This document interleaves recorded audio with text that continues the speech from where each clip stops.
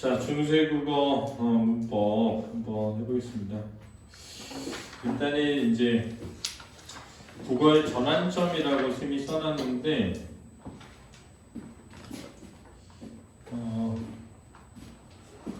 고대 국어가 있고요, 중세 국어가 있고요, 그다음에 근대 국어가 있고요. 이게 이제 가장 큰 갈래인 것 같아요. 근데 이제 중세 국어도 둘로 이제 나눕니다. 전기와 후기로 이렇게 나누거든요. 후기 중세 국어가 있죠. 이제 지금 우리가 쓰고 있는 현대 국어도 있죠. 이렇게 있는데 이 부분 이제 근대 고대 국어와 중세 국어를 나누는 이 부분이 왜 나뉘냐? 여기에 이제 고려가 건국돼요. 그러면서 개성을 중심으로 하는 중앙어가 이제 등장을 하게 되는데, 그 전까지는 사실은 삼국의 언어가 많이 달랐다고 하거든요. 그러니까 이때가 지금 우리가 사용하는 말의 출발점이 이 고려의 건국과 함께 일어났고, 지금 우리가 쓰는 말이 여기서 비롯된 것으로 보입니다. 그래서 이게 중요한 하나의 텀이고요. 그 다음에 이제 중세 국어의 전기 후기를 나누는 이 시점은 이제 훈민정음이 창제되면서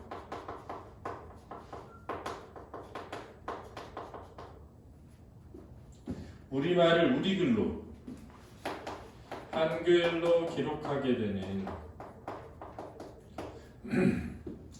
그래서 이제 이때부터 우리말의 모습을 좀 더 정확하게 알 수 있는 글들이 많이 나오는 거겠지?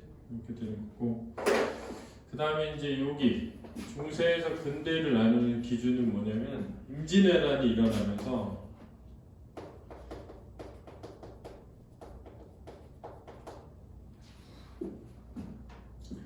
이때 이제 말의 변화가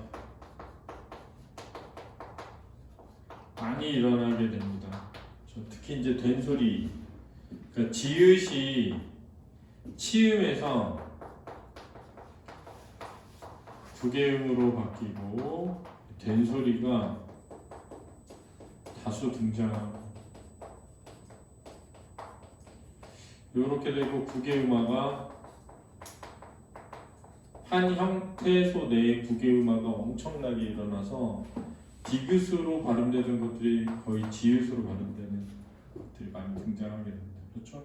그래서 여기 말의 변화가 엄청 많아요. 그러니까 이 초록색으로 쓴 게 말의 변화야. 그 다음에 이제 근대 국어에서 현대 국어로 오는 요 시기는 뭘 기준으로 하냐라고 하면 보통 이제 한글 맞춤법,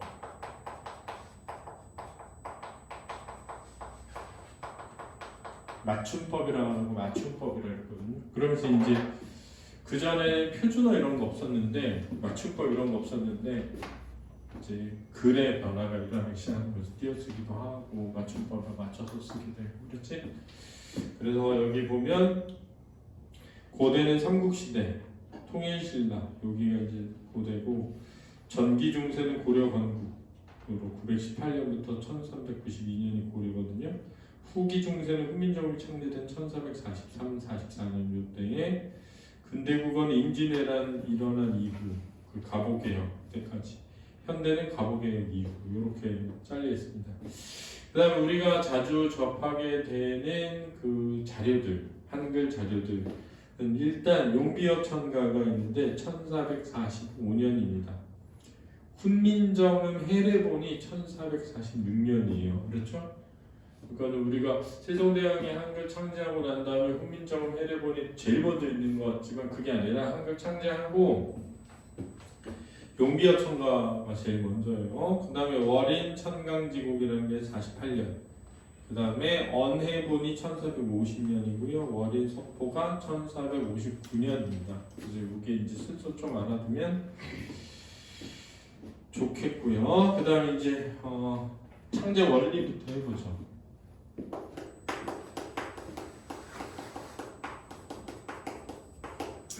창제 원리인데 앞에 한번 적어볼까? 한글을 창제할 때 이제 초성과 중성과 종성을 일단 만든 거예요. 초성과 중성과 종성을 만든 거야. 근데 어떻게 만들려고 했냐면 초성은 그렇죠? 상형을 통해서 일단 만들고 그 다음에 가획을 해서 만들어야겠다 이렇게 생각을 한 것 같아요. 그렇죠? 그렇죠? 그래서 상형을 하는데 뭘 상형하지? 이렇게 했을 때 사실 이제 초성이 자음이지 않습니까?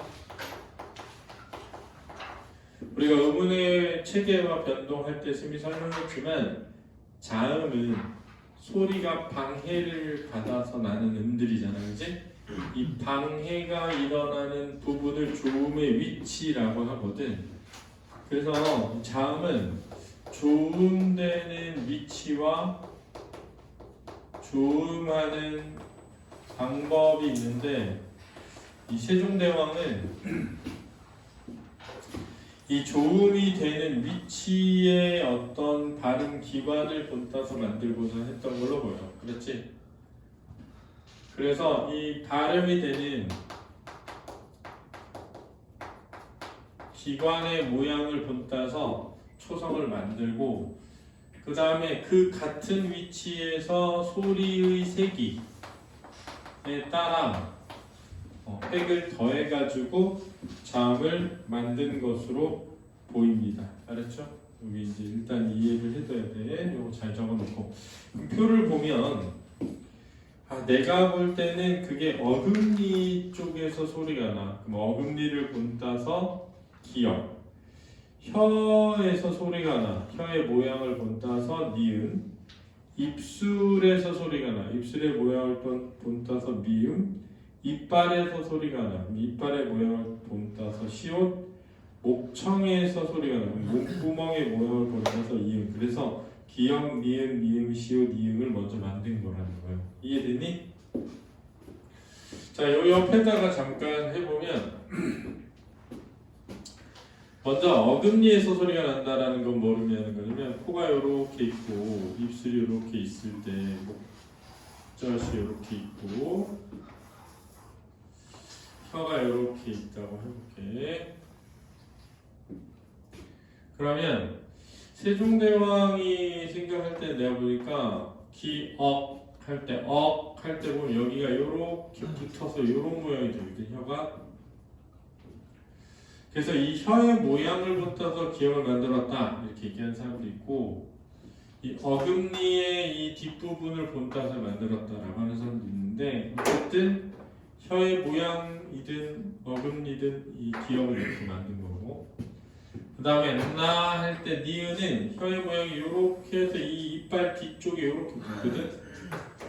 그래서 니은은 이렇게 본딴 것이다 이렇게 보는 거고 그 다음에 마 할 때 미음은 이 입술의 모양이 이렇게 생겼는데 이렇게 생긴 입술의 모양을 본따서 미음을 만든 것이다. 그 다음에 사 할 때 사는 이빨이 양쪽 이빨이 딱 붙은 상태에서 그 사이로 소리가 나서 시옷을 만든 것이다. 아 할 때 이응은 여기를 본따서 만든 것이다 이거죠. 그래서 어금니를 아라고 하거든요. 그래서 혀를 설, 입술을 순, 이빨을 친, 목청을 후. 그래서 외울 때 아설 순치 후 이렇게 외우라고 한단 말이야. 따라해봐. 아설 순치 후. 아설 순치 후 한 다음에 그냥 막 살아 이렇게 외우는 거야. 그냥 막 살아. 그렇지? 따라해봐. 아설 순치 후 그냥 막 살아. 요렇게 본따서 만들었다는 거야. 요렇게 만든 다음에 그 다음에 같은 위치에서 나는데 소리가 세지는 거, 그거를 획을 더하자. 그래서 가, 카 이렇게 만든 거고, 나, 다, 타 이렇게 만든 거고, 마, 바, 파 이렇게 만든 거고, 사, 자, 차 이렇게 만든 거고, 파 이렇게 만든 거죠. 그래서 여기가 상형이고 여기가 가획인데 한 번 가획한 것과 두 번 가획한 것 이렇게 나누는 거죠. 됐지? 근데 여기서 조금 이해해야 되는 것 중에 하나는 뭐냐면 이 이응은 어금니에서 나는 이응이 아니라서 현대어의 이응과는 좀 다르다. 그래서 목청에서 나는 이 이응이야. 목젖을 열고 내는 이응이야. 이게 외국어에서는 있나봐 이 발음. 그래가지고 지금 우리는 사라졌는데 여기서 나는 이응이야. 목을 열고 하는 이렇게. 그렇지? 근데 세종대왕이 요것만 있는 게 아니라 이 혀 끝에서 나는데 뭔가 소리가 세지지 않고 오히려 더 흘러. 라 할 때 리을이. 그래서 여기서 나는 소리에 니은, 디귿, 티읕, 나, 다, 타만 있는 게 아니라 라도 있는데 라도 혀 끝에서 난다고 여기 있는데 소리가 세지지 않으니까 리을이라는 글자를 만들 때 이 리을은 가획이라고 하지 않고, 그렇지? 이 원리에서 벗어난 다른 글씨다. 그래서 이체자라고 하는 거야. 이체자.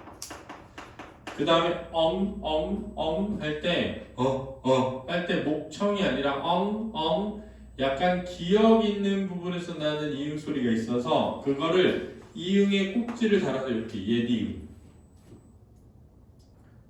그 다음에 시옷이 일어나는 사, 자, 차 말고 즈 발음도 있다고 여겨서 걔를 반치음. 물론 이게 치음이 아니라 반만치음이어서 반치음이라고 하거든. 그래서 얘네들을 이체자라 그래. 그러니까 하나, 둘, 셋, 넷, 다, 일곱, 여덟, 아홉, 열, 열하나, 열둘, 열세, 열네, 열다, 열여, 열일곱 개지 지금. 그래서 세종대왕 보면 새로 28글자를 만들었다라고 하거든. 그러니까 자음이 17개면 모음이 11개지. 그치? 됐니? 좋아. 빨리빨리 이해됐니? 그래서 훈민정음의 창제 원리에 보면 그냥 막 살아 있고요. 키읔, 디귿, 티읕, 비읍, 피읕, 지읒, 치읕, 열인, 히읗, 히읗. 이 꼭지가 그러니까 옆으로 이 히읗 옆에 있는 게 열인, 히읗이야. 그 다음에 이체자에 기역하는 예디응이 있고 리을을 니은에다 쓰지 않은 이유는 혓소리라기보다 반만 혓소리가 나서 반혓소리라고 하고 반치음도 밑에다 썼잖니 반잇소리라고 돼 있잖아. 그래서 반잇소리라고 돼 있는 거다. 이해됐니? 언더스탠드? 넘겨볼까? 자, 다음 페이지.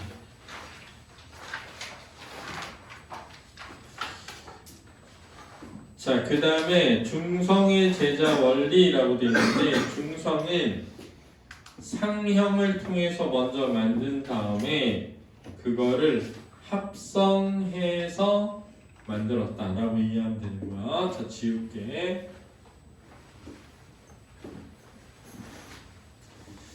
자, 그러면 중성은 어떻게 만들 것이냐? 세종대왕은 중성도 상형을 통해서 만들고 그 상형을 통해 만든 글자를 합성의 원리를 이용해서 만들어 보자 이렇게 된 거지. 근데 모음이라고 하는 것은 중성은 모음인데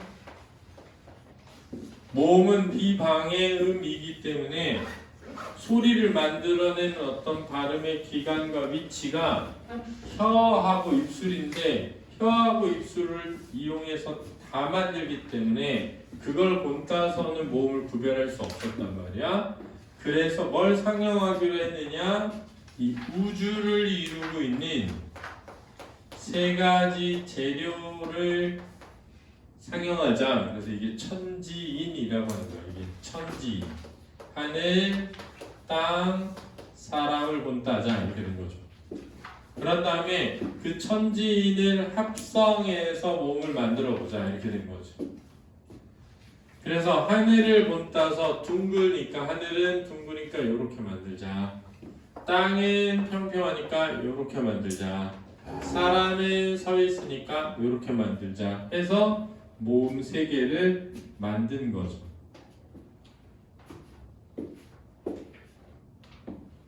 됐죠? 됐지? 그런 다음에 첫 번째 합성을 통해서 첫 번째 배출한 글자, 초출자라 그래요. 처음 배출한 합성을 통해서 만든 글자가 뭐냐? 사람과 하늘을 본따서 아. 맞죠? 하늘과 사람을 본따서 어. 하늘과 땅을 본따서 오. 땅과 하늘을 붙여서 우 이렇게 만든 거. 물론 내가 이렇게 썼지만 실제 세종대왕은 이렇게 쓴 거야. 이렇게 쓴 거야, 알았지? 그래서 안진우 쓸 때도 보면 이렇게 쓴 거야.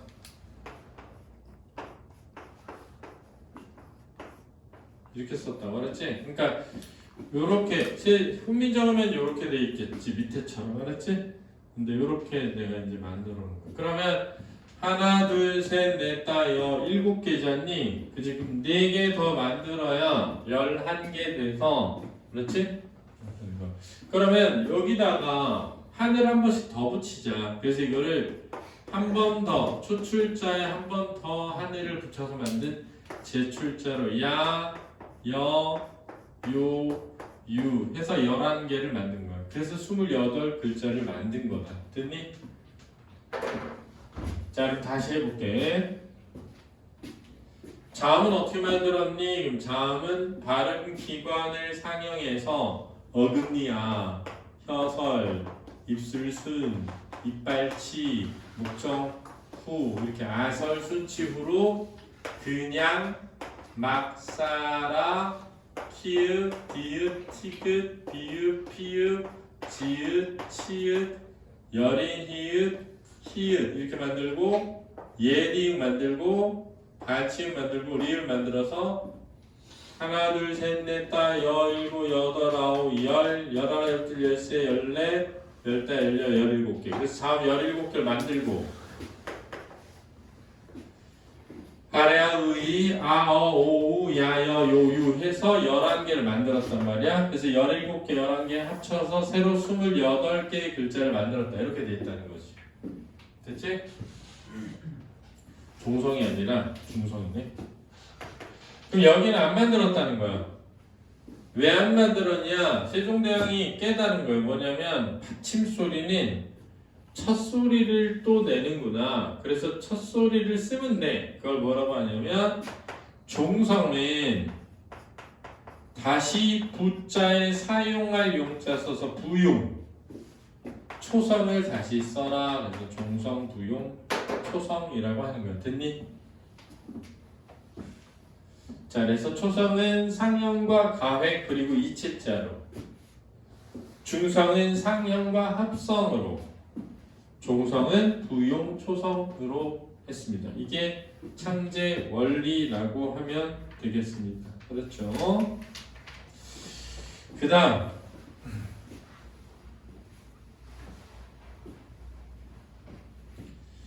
자, 이제 한 글자를 만들었어요. 글자를 만들었으면 그 만든 글자를 어떻게 운용할 것인가, 사용할 것인가 라는 운용 원리라는 게 있습니다. 운용의 원리, 운용의 방식이라고 할 수 있겠습니다.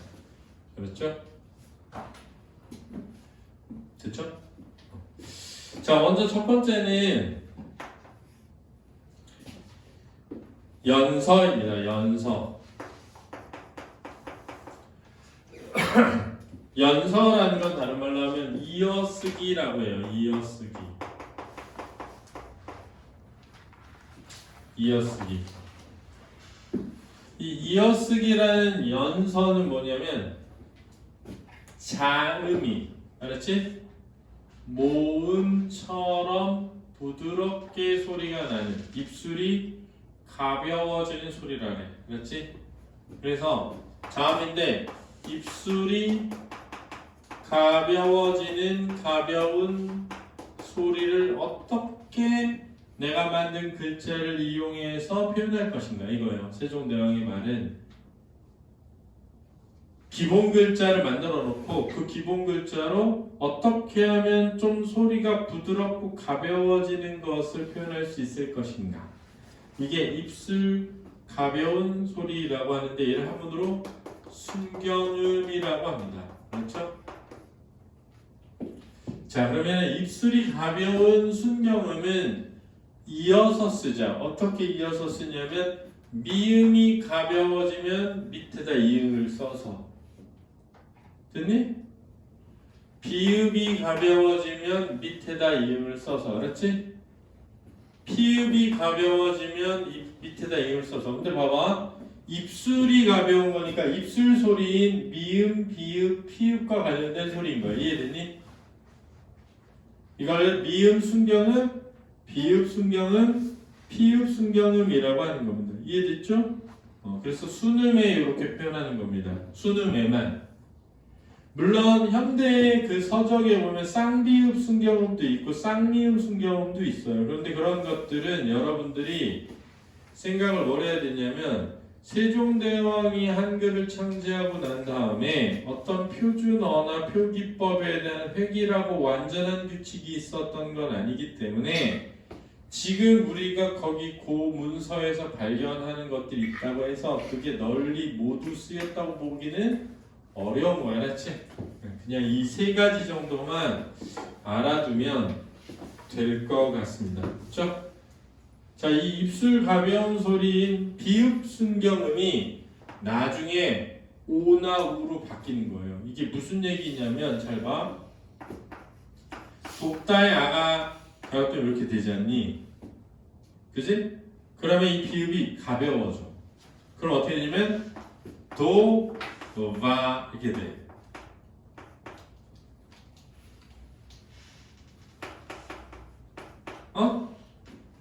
그러면 이게 현대에 와서 뭐가 됐다? 도, 와 이렇게 변했다는 거야. 듣니? 그래서 입술 가벼운 소리에 대한 이해를 해두자. 그렇지? 그 다음 이렇게 순경음, 순음 중에 가벼워지는 입술 가벼운 소리 말고 자음 중에 좀 더 딱딱해지는 된 소리에 대한 표현이 필요했단 말이야. 그렇지? 그래서 그거를 병서라고 하고 나란히 쓰기라고 하는 거야. 병서라고 하고 나란히 쓰기라고 하는데 이 병서에는 각자 병서라는 게 있어서 쌍기역, 쌍디귿, 쌍비읍, 쌍시읍, 쌍지읒 같은 병서가 있다. 물론 쌍이음도 있고 쌍희읍도 있어. 알았지? 남아있다. 표기에 남아있어. 그러니까 여러분들은 뭘 이해해야 되느냐? 잘 봐. 세종대왕은 비읍 순경음이라는 글자를 만든 게 아니라 비읍과 이응을 써서 소리를 표현한 거예요. 그러니까 글자는 28개만 만든 거고 그 만든 28개 글자를 이용해서 더 많은 소리를 표현하고자 했던 거야. 알았지? 따라서 쌍기역은 현대국어에서는 자음 1개지만 중세국어에서는 자음 몇 개다? 2개라는 거야. 왜냐하면 쌍기역이라는 글자를 만든 게 아니라 기역을 나란히 두 번 써서 그 소리를 표현한 거야. 까, 따, 빠. 그런데 우리말에는 저 까따빠에 해당하는 소리가 거의 없었어. 그래서 저 글자를 따로 만들지 않은 거야. 그럼 저 까따빠는 주로 어디서 만들어진 거냐? 중국의 서쪽과 남쪽 지역, 즉 베트남 같은 데 있지. 그래서 니네 베트남 소리들 까방, 따마옹, 뭐 이렇게 나오잖아. 약간 된 소리가 되게 많거든. 그래서 한자어를 적을 때 주로 우리말로 표현하기 위해서 사용하다가 임진왜란을 겪으면서 우리말의 된 소리가 굉장히 많아지기 시작했던 거야. 그렇지? 그래서 지금 현대국어에서의 자음에는 저 된 소리를 하나의 글자로 다 집어넣어서 자음 몇 개 이렇게 한 거야. 그렇지? 19개. 그 자음 19개. 구두벗어줘, 끄트뻗어줘, 크트뻗쳐, 노란무구, 히읗 이렇게 한다 그랬잖아. 그러니까 끄트뻗어줘가 한 개. 그러니까 현대국어에서 기역이 쌍기역이 되면 교체인데 중세국어에서 기역이 쌍기역이 되면 첨가인 거야. 이해됐지? 왜냐면 자음 몇 개니까? 2개니까. 그렇지? 그 다음에 하병병서.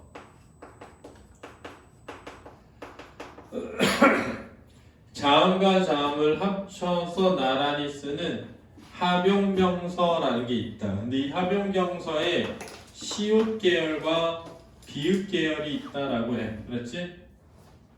그래서 이 시옷 계열은 현재는 된 소리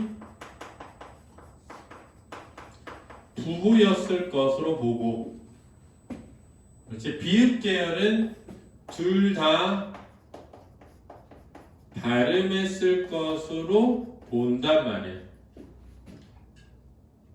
그렇지? 그래서 예를 들면 시옷 기역이라고 되어 있으면 이 꿈 이렇게 썼거든. 꿈. 그럼 그냥 스꿈이 아니라 그냥 진짜 그냥 꿈으로 발음하지 않았을까? 한자어의 쌍기역은 예로 적고 고유어에 가끔 나오는 된 소리는 이렇게 적었을 것으로 보이는 거야. 왜냐하면 봐봐. 나룻 빼자니? 얘를 만약에 연음해서 발음하면 나룻 빼 이렇게 되거든. 그러니까 빼라고 있잖아. 우리가 나룻 빼, 그지?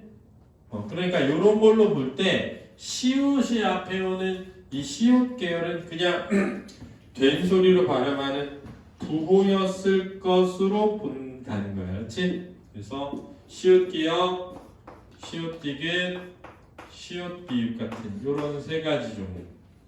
따, 빠 이런 거. 까따, 빠. 그렇지? 구두, 버서까지는 거야. 구두, 버서. 그렇지?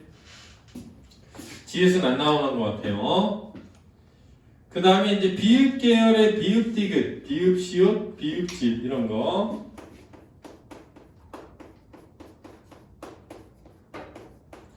이런 거는 둘 다 발음했을 것으로 보는 거야. 왜 그러냐면 이런 글자가 있는데 얘가 현대어에서 쌀이란 말이에요.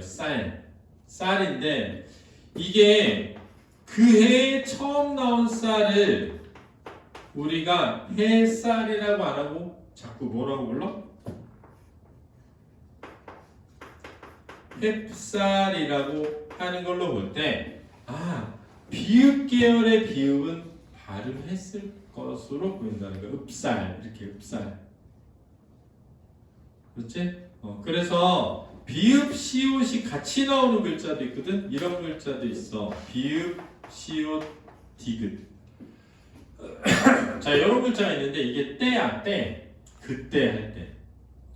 그러면 만약에 저에 붙으면 저때잖아, 저때.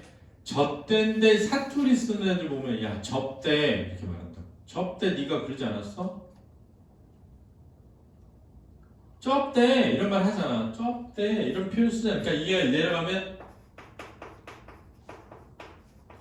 이렇게 발음한다는 거예요. 그러니까 아마 비읍 계열은 발음을 둘 다 했을 것으로 본다. 그래서 이 비읍 계열인 단어의 맨 앞에 비읍 계열이 오면 비읍이나 비읍 시옷 계열이 얘를 어두 자음군이라고 한다라는 것도 알아두면 좋겠다. 지금 우리는 자음을 이용해서 쓰는 방식에 대해 설명하고 있는 겁니다. 선생님이 글자를 만드는 건 제자 원리, 그걸 이용해서 사용하는 건 운용법이라고 하는데 지금 연서와 병서를 선생님이 설명을 한 겁니다. 알았죠? 그래서 비읍, 시옷, 기역, 비읍, 시옷, 디귿 같은 것도 있었다는 거 알아두시고요. 주의해 보시면 이어쓰기와 이어적기를 헷갈리지 마라. 이어적기는 연철입니다. 연철, 연서가 아니고 연서는 이어쓰기. 소리라는 대로 이어 적는 것을 의미하고 종성을 다음 글자 초성으로 옮겨 적는 것을 말합니다. 그래서 불이 깊은 할 때 깊은은 원래는 깊은인데 피읍을 오른쪽에 초성에 옮겨 적은 거. 남간 바람에 할 때 바람에는 바람에인데 미음을 초성에 옮겨 적은 거. 이런 거를 연철이라고 하고 이어적기라고 하는 겁니다. 자, 그러면 이제 부서를 보죠. 부서. 자, 지금 우리는 연서 했고요. 병서 했습니다. 세 번째로 부서를 좀 설명을 해보도록 할게요.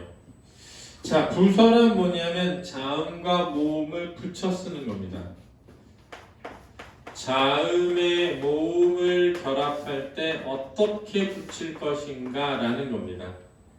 두 가지 방식으로 쓰기로 했는데요. 하서와 우서가 있습니다.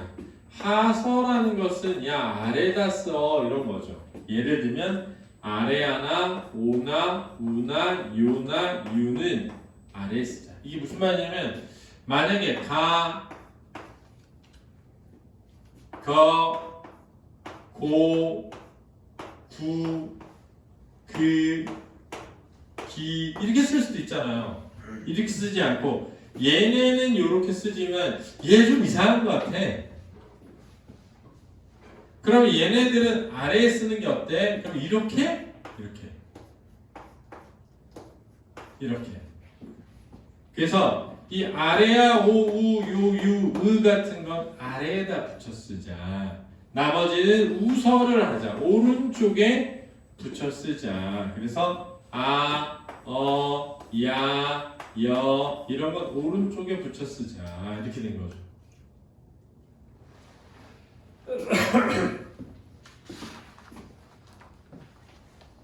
됐습니까? 자, 이게 자음과 모음을 쓸 때 어떻게 할 것인가. 그래서 연서는 입술 소리인 순음을 가볍게 내는 순경음을 어떻게 쓸 것인가. 병서는 자음이 두 번 발음되는 것을 어떻게 쓸 것인가. 부서는 자음과 모음을 합쳐서 쓸 때 어떻게 쓸 것인가에 해당하는 거예요. 이해됐죠? 자, 그럼 이제 세 번째 것까지 했고요. 네 번째는 뭐냐면 바로 동국 정운식 표기에 대한 겁니다. 동국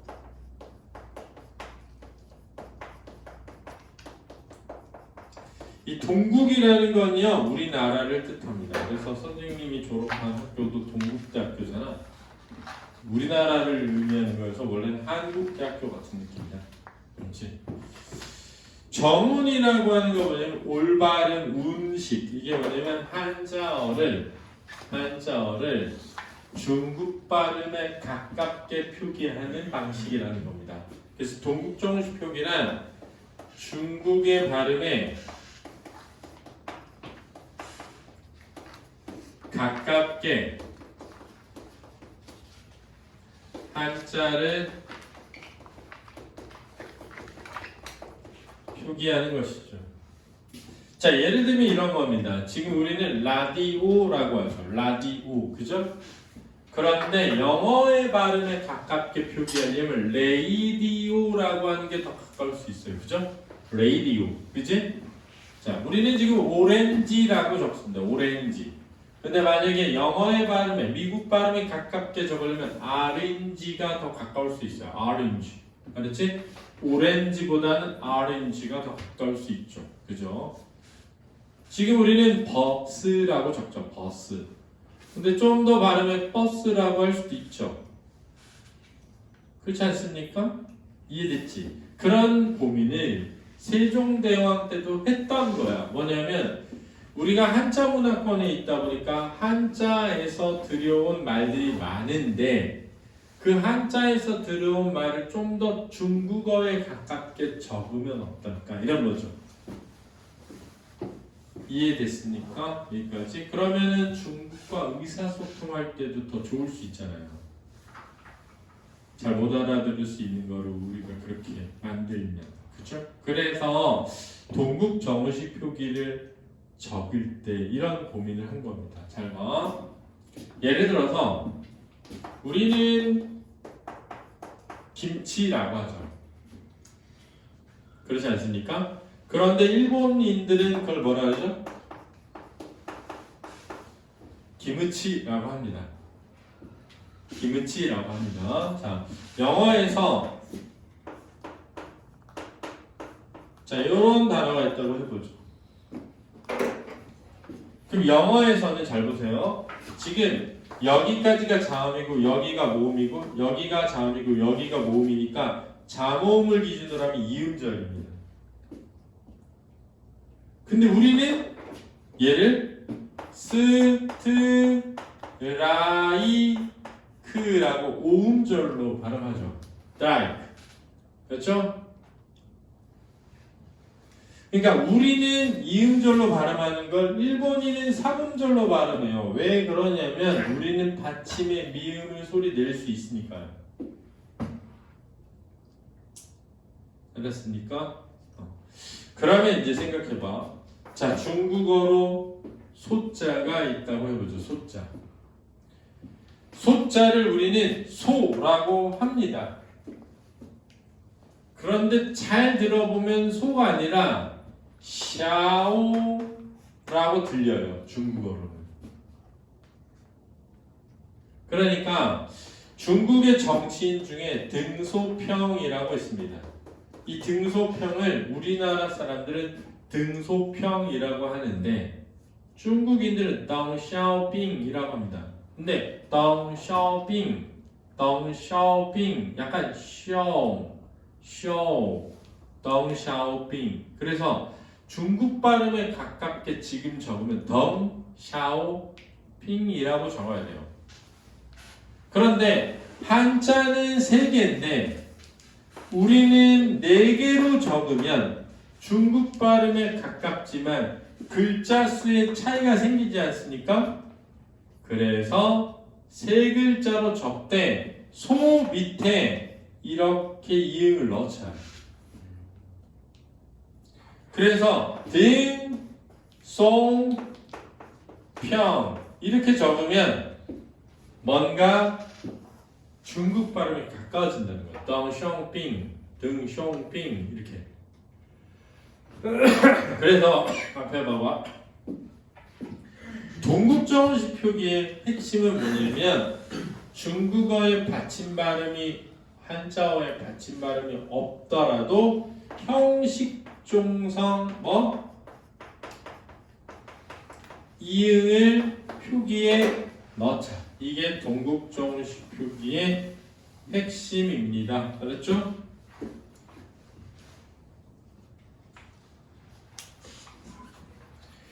그래서 여러분 밑에 형식종성 이응에 보면 세종어제인데 세종어제라고 쓰지 않고 생종엉쟁 이렇게 썼다는 거고요.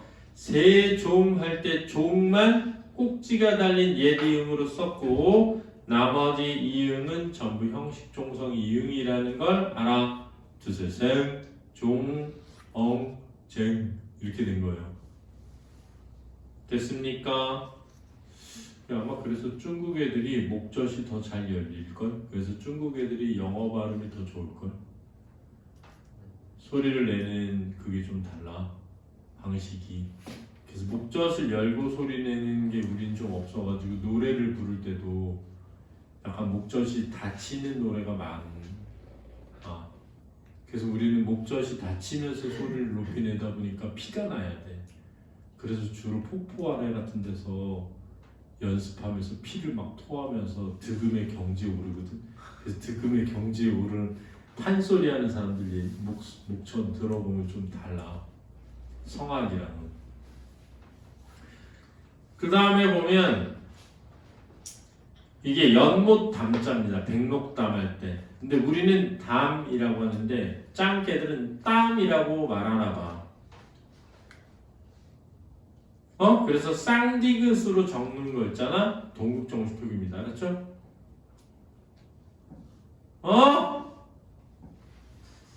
그 다음에 두자거든요. 두.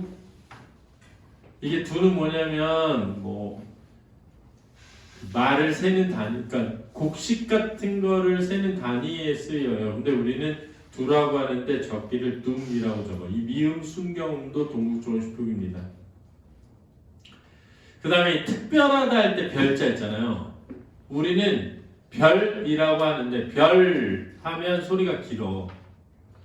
근데 중국에서 리을은 디귿에 가까운 리을이야. 별 이렇게 된단 말이야. 그래서 니네 왜 우리 불교 알아? 불교? 천주교 불교 할 때 불교의 불이잖아. 불. 중국인들은 이 불을 짧게 발음하기 때문에 불 이렇게 돼. 그래서 부디스트 디귿 발음에 가까워져. 부디스트 붓다. 디귿 발음에. 우리는 리을인데 디귿에 가까운 리을이야. 어떻게 표현하지? 리을 옆에 여린 히읗을 붙여서 짧게 발음한 게 되었다. 그래서 동국정식 표기에 자, 첫 번째 각자변서, 두 번째 미음 순경음, 세 번째 여린 히읗, 네 번째 형식종성 이응을 써서 동국정식 표기를 했다는 거야. 알겠니? 됐죠? 자, 그 다음에 다섯 번째의 성조라고 되어 있는데 이 성조는 사성법이라고도 한다. 방법은 중세국어는 음의 높낮이에 따라 의미가 변별되었고 방점을 찍어서 그 성조를 표기했는데 평서는 가장 낮은 소리고 점을 찍지 않고 거성은 가장 높은 소리고 점을 한 개 찍고 상성은 처음에는 낮고 나중에는 높아지는 소리로 점을 두 개 찍어서 표현했다. 입성은 뭐냐? 점과 무관하게 빨리 끝맺는 소리를 뜻한다. 현재는 성조가 사라지고 상성에서 실현되던 긴 소리만 남아있다. 이해됐니? 그 점을 세종어제 이렇게 할 때 이렇게 쓰잖아. 그럼 옆에 이렇게 점을 이렇게 찍어서 표현했다고. 알았지? 그러면 하나는 높고 두 개는 낮았다 높아지는 거니까 이렇게 되는 거야. 알았지? 저걸 뭐라고 한다? 방법은 사성법, 운영법은. 왜 사성이냐? 평성, 거성, 상성, 입성 해서 네 개의 성조를 나타낸다. 그럼 저 옆에 찍은 점은 뭐라고 하느냐? 곁에 찍는 점이니까 곁방자에 점자를 써서 방점이라고 하는 거야. 이해되니? 자, 성조를 표현하는 방법이었고요. 마지막으로 마지막은 아닌데 여섯 번째 보면 팔종성법은 뭐냐 이거죠. 자, 5번은 사성법. 네 가지 성조를 나타내는 방법. 6번은 팔종성법. 이거 팔종성 가족용이라고도 한다. 가족용. 알지? 팔종성 가족용이라고 한다. 이게 무슨 말이냐면 김지미 눈 그만 감어. 그렇지? 잘 봐. 야, 종성은 만들 필요가 없어. 왜? 초성을 다시 쓰면 되니까 이렇게 한 거야. 제자할 때. 근데 초성을 다시 써봤더니 8개로 가능하더라 라는 거야. 초성은 몇 개 만들었는데 초성을 17개 만들었거든. 17개? 17개 만들었는데 종성은 만들 필요 없이 초성을 다시 쓰면 돼 했는데 초성 몇 개만 쓰면 되더라? 8개만. 이게 팔종성 가족용 또는 팔종성법이라고 하는 거야. 알았니? 그 팔종성이 바로 기역, 니은, 디귿, 리을, 미음, 비읍, 시옷, 이응이야. 근데 현대국어의 음절의 끝소리 규칙에 시옷만 빼고 발음하면 음절의 끝소리 규칙이거든. 그러니까 너네가 뭘 이해해야 되느냐? 잘 들어. 세종대왕 때는 시옷을 받침에 발음할 수 있었다는 걸 알아야 돼. 지금은 디귿으로 바꿔 발음하자니 세종 때는 시옷 받침도 있었다는 거예요. 그러니까 옷을 발음할 때 지금처럼 옷 디귿으로 발음 안 하고 옷 이렇게 발음했다는 거예요. 이해됐니? 요걸 알게 해주는 게 바로 팔종성법이 되겠습니다. 그러나 팔종성만 쓰는 게 원칙이었지만 그 원칙을 벗어난 표기도 많습니다. 월인천강지국이나 용비어천가처럼 처음 한글을 이용해서 적은 글들에는 이 팔종성법에 어긋나는 것도 적습니다. 그러니까 니네가 뭘 이해해야 되냐면 세종대왕의 글자 만들고 이렇게 적어봐라 했는데 다 똑같이 적은 건 아니야. 알았지? 초기에는 자음에 다른 것도 적은 거야. 막 치읓도 적고 이랬어. 근데 점점 점점 이 8개의 자음으로 적었다는 거야. 알겠니? 그 다음에 이어적기라고 돼 있잖니. 연철은 소리 나는 대로 이어 적는 것을 말한다. 그래서 받침에 있는 걸 첫 소리에 이어 적는 걸 말한다. 알겠니? 하나만 더 얘기해 줄게. 잘 봐. 잘 봐. 자, 운용 원리에 이렇게 자음을 적는 연서가 있었어. 이렇게 자음을 적는 병서가 있었어. 자음을 붙여 쓰는 모음에 부서가 있었던 거야. 그렇지? 요 세 개를 쌤이 가르쳐 준 거야. 그렇지? 그 다음에 동국정원식 표기 있었지. 그 다음에 사성법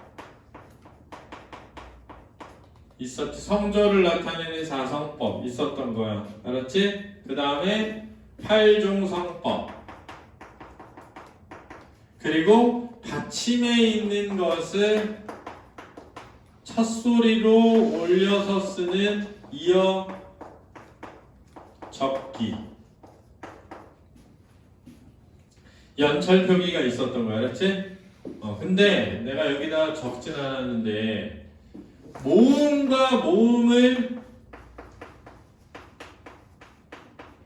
같이 쓰는 사용하는 방법도 있었던 거예요. 무슨 말이냐면 세종대왕이 아, 으, 이, 아, 어, 오, 우, 야, 여, 요, 유 라는 11개를 만든 다음에 에라는 발음은 요렇게 2개를 이용해서 썼다는 거야. 이게 에야. 의는 요렇게 썼다는 거야. 그렇지? 와는 이렇게 썼다는 거야. 그렇지? 그러니까 이런 글자를 안 만들었다 뿐이지 사용하지 않은 게 아니다. 그런데 이런 글자는 아와 이를 합쳐서 사용한 거니까 합용을 한 거야. 얘는 합성을 통해서 만든 글자고 얘는 합쳐서 사용한 거니까 운용의 원리인 거야. 마치 자음을 기역을 합쳐서 사용해라, 비읍과 시옷을 합쳐서 사용해라 이런 것처럼 모음과 모음을 합쳐서 사용한 거야. 알았지? 그러니까 세종대왕이 이 11개 만들었다고 해서 11개만 쓴 게 아니라고. 알았지? 이거보다 훨씬 많은 모음을 썼어. 알았지? 근데 그거는 사용하는 원리야. 라는 걸 알아두라고. 알았지? 제자 원리는 아니다. 그런데 고등과정에서는 저걸 제자 원리에 넣어서 설명하기도 한다. 틀렸다고 생각하진 않는데 엄밀한 건 아닌 것 같아요. 됐니? 자, 그러면 그 뒤에 이제 중세국어의 문법 체계 부분을 나가보도록 할 텐데 10분 쉬었다 하겠습니다.